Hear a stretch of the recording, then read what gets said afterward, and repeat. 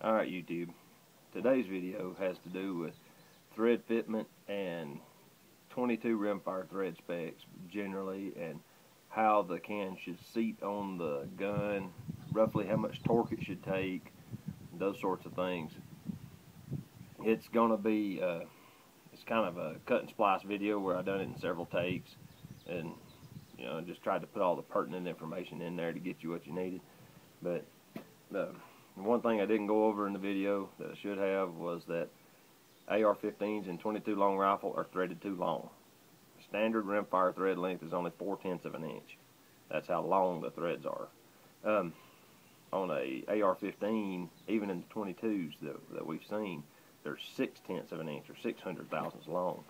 And because of that, you have to have a spacer in there, or most 22 cans will either run into the first baffle. If it's a stacked baffle can, you're real prone to breach on the end of that first baffle, or you'll run out of threads. Like on our Kodiak TLs, Kodiaks and Essences, the cap is only threaded 450 thousandths deep, so we give you 50 thousandths of clearance there in the bottom of the thread, but because you only need 400. But if you have a 600 thousandths long AR, you're going to run out of threads, and you're going to hit the end of the threads on the gun barrel with the bottom of our thread pocket. So you need a little, they make a spacer, they're all over the internet, that's 2/10 of an inch long to shim your silencer out if you're using it on an AR-15.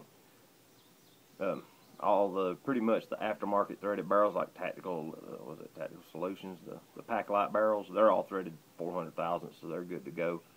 The factory threaded guns, I haven't really done a lot of research to see, but most of your thread adapters are 400. Almost all of them, from what I can tell, are. And every gunsmith in the country threads the rimfire guns at 400 thousandths length thread. So I just wanted to get that in there because I failed to do it when I had the, you'll see in the footage, I failed to mention that in there. So the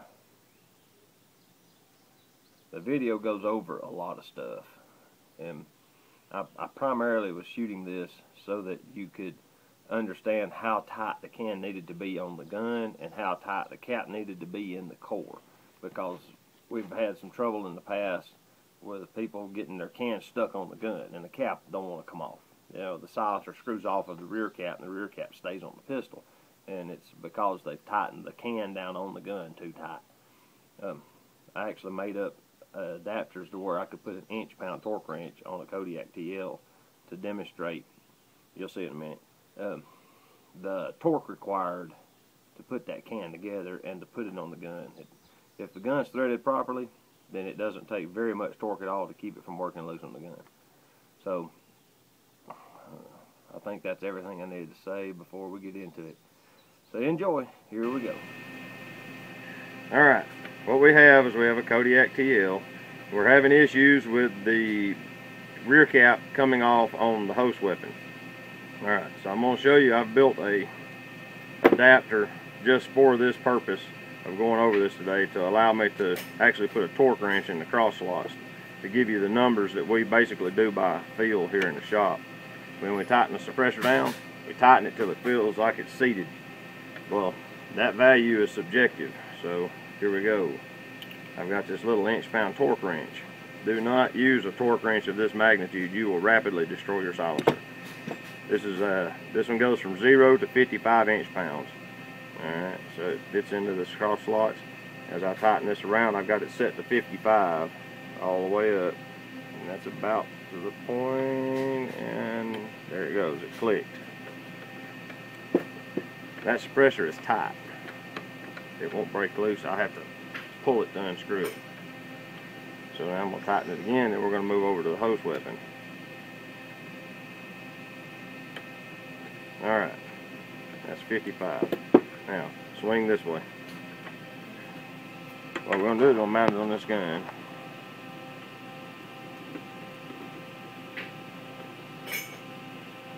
There it is. 55 inch-pounds on the gun even. Notice it's spinning in the vise. Alright, it's torqued on the gun with 55 inch-pounds. It pops loose energetically when you take it off. we've tested it, and as little as 15 to 20 inch-pounds will lock this suppressor on this gun so well that it won't shoot loose. It doesn't take much. You can literally screw it on. If I can get to pick up the thread. Down till it seats. 2 fingers and just slim the tube. There's 15 inch-pounds on that now. Hear it pop.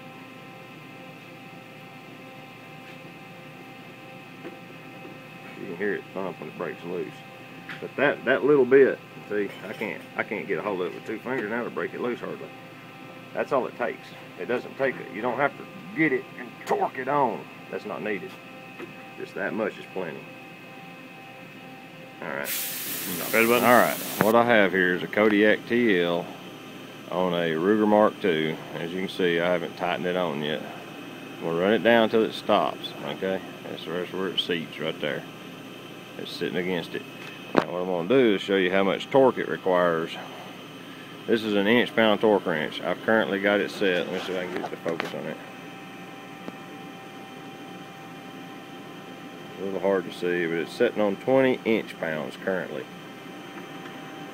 So I'm putting it in the groove of the suppressor front cap, and I'm just barely pushing it until I get my torque measurement. It clicked.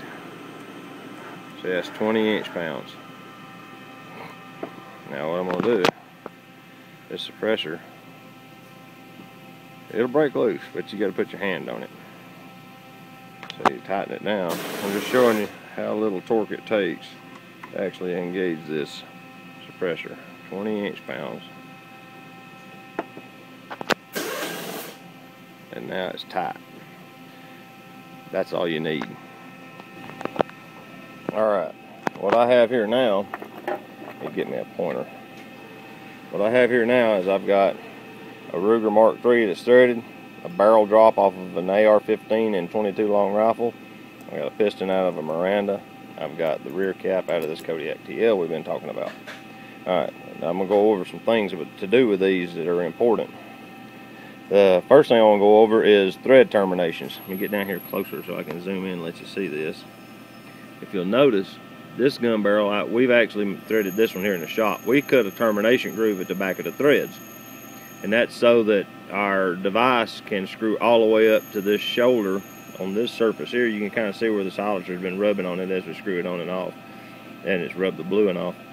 That way you can get a positive seat there without interfering with anything. And that's because not everything, as you can see with this Miranda piston, not all of them have a termination groove in the threads. This one's a special situation, and we'll get to that in a minute, but not everything has a termination groove. Alright, so as you can see, there's a termination groove. This AR-15 barrel, on the other hand, has no termination groove. As you can see here, let me get a little closer. It's actually, the threads just abruptly end, then there's a little shoulder that's the diameter of the crest of the threads on back. If your suppressor cap, as you can see on this Kodiak TL cap, we've counterbored the threads right here. We do that to clear this area on the AR-15 barrels and such as that, because a lot of guns come threaded and they don't have that clearance cut in, so we cut it into the cap to make sure. Not all suppressors are clearance like this. They need to be, but they ain't, not necessarily. So what you need to look for is when you put your silencer on the gun, at the end of the threads, when you're screwing it on, if it doesn't stop abruptly, as in when it hits that shoulder up there, then it'll feel mushy kind of. It'll tighten up, but it'll just gradually get tighter, and you can feel it tightening up, but it doesn't tighten up like you think it should, or like it needs to, because what's happening is your threads in your cap are bottoming out on the threads on the barrel, and you're running up onto that end of that thread, and it's just getting tighter and tighter as you interfere deeper and deeper into that thread groove. Instead of hitting this shoulder right here and stopping all at once. And I mean, it'll be an abrupt stop when it stops appropriately. It should stop, I mean, immediately. No mush, no tensioning up or anything. So if it starts to get, if it feels mushy at the bottom, you're probably rooting out at the bottom of at the end of the thread, and you're not making it all the way to this shoulder on the end of the barrel. you're up in here somewhere and it's causing problems, because your suppressor's not going to be aligned with the barrel if it's not against that shoulder at the back. You're very possibly going to get baffle strikes. Get back to this piston. This one, the threads on the barrel are so large that there's no shoulder for it to seat against. So instead, we went down inside here and we've cut our shoulder on the inside of the piston where it hits against the muzzle. This fits an HK USP Tactical. It's 16mm metric, and they breach on the muzzle anyway, so that's where the thread shoulder is on this one. That's why it doesn't have a termination groove at the back. But yes, you'll need to notice whether or not your gun has a groove at the back of the threads to clearance that space or not. Excuse me. And if your silencer is bottoming out on this shoulder, or if it's bottoming out on the threads. So keep that in mind as you tighten your silencer down. So if it gradually gets snugger and tighter and tighter and tighter and it doesn't stop abruptly, take it off and look to see why. It's probably because your cap's not clearanced or your barrel isn't got enough room for the suppressor. One of the two is not clearanced appropriately. If it stops abruptly, then you only need 20 inch-pounds to keep it on the gun. That's plenty of torque. So that's what I wanted to go over with these items today.